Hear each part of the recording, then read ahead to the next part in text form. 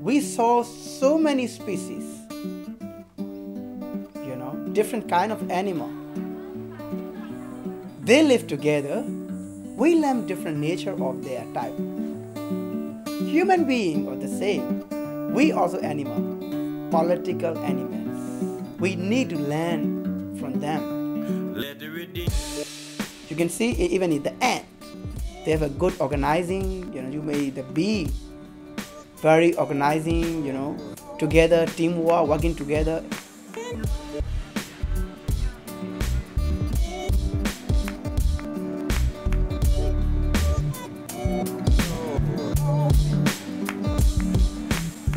My idea is education is only way to change everything.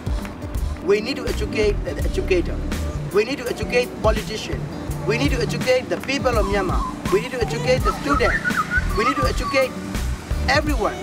So they are driving our so many movements. So people didn't know anything. They just follow. It's possible for individuals to make more of a difference in a place like Myanmar, where any small contribution you can make can be picked up by a lot of people, affect a lot of people in a positive way. That's the last thing that the government wants.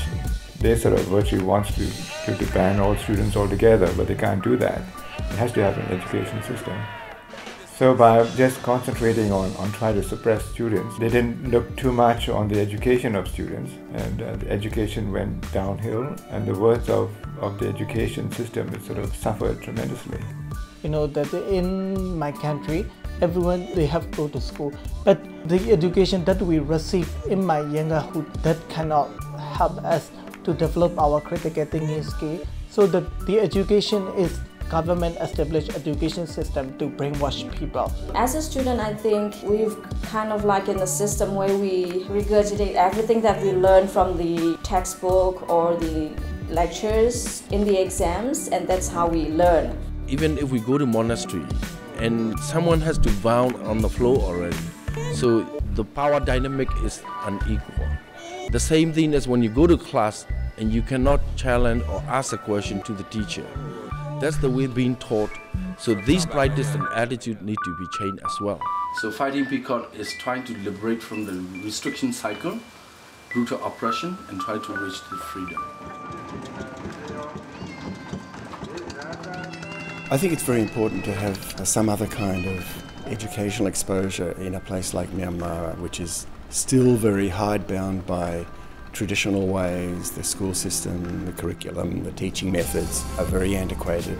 So there's a real need for other forms of teaching, other forms of education that are much more flexible and give the students and the young people an understanding that they can actually have some good ideas themselves.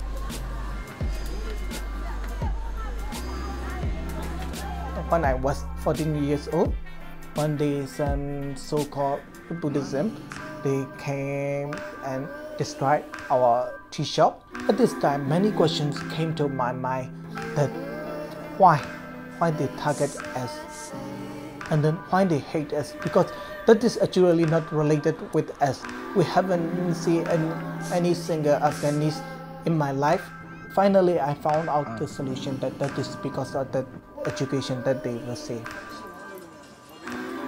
At this time, I really hated people, but finally my mind tend to change because I love people, and then I wanted to try to educate those people in my condition.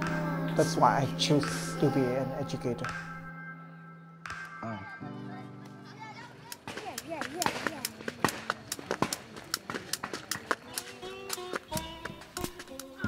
I came on behalf of the Smile Education and Development Foundation because our organization is one of the education institutes in Burma.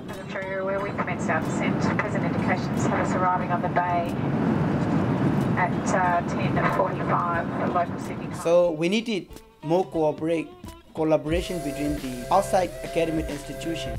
So we are studying here, and also we hope so many collaboration and cooperation between academic institutions in Australia and Myanmar.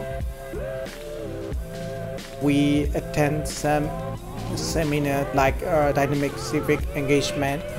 We usually visit to some recreation place, and there I learned how to swim and how to skate. I fall off 3 times in the same site, so that helped me. We visited national landmark places such as Harbour Bridge and Opera Houses.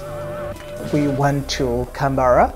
We are learning from the process of the parliamentary system of Australia. We learn, like, the children came to the Parliament House and teaching something, the teacher, and encouraging for the future generation to be lead.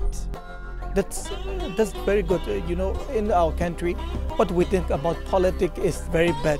Nobody willing to talk about politics. But here it's totally different. It's free.